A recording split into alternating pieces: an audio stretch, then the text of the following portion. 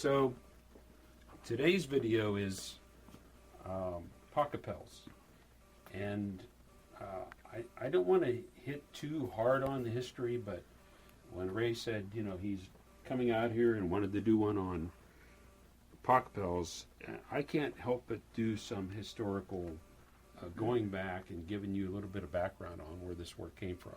So I'll be very quick to this, but in earnest, what I'm talking about is really what has happened.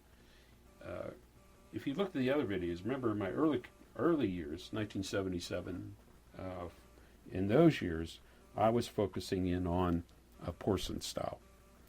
And then in the 80s, I began to branch out into bronzes and into pieces that had like an ivory finish. So that was a big change for me to go from these full color porcelains into just a one color surface.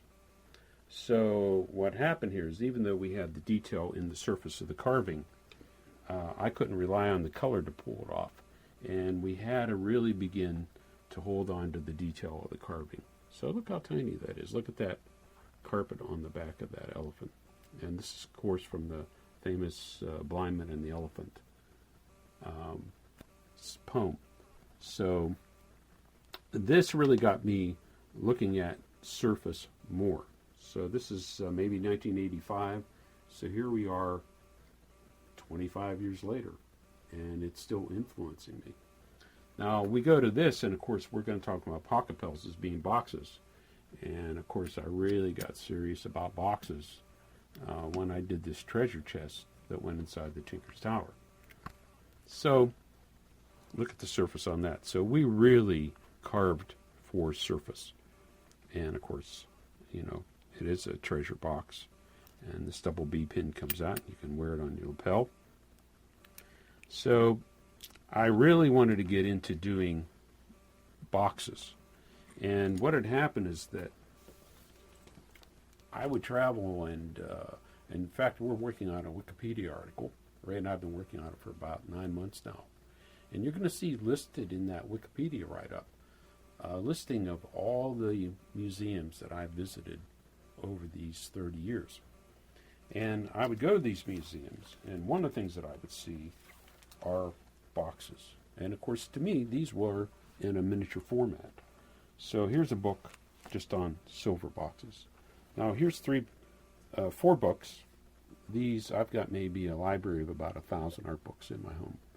And here's just 4 of them. And these 4 in particular are on some sort of box that I would see in a museum.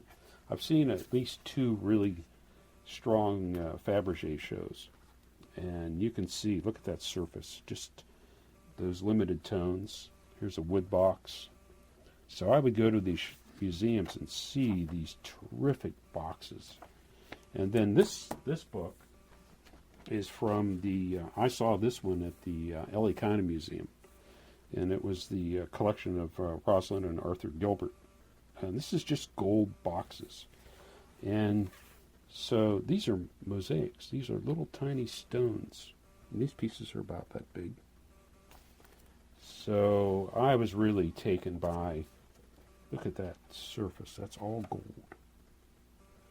So I wanted to really get into doing boxes of some sort. And then this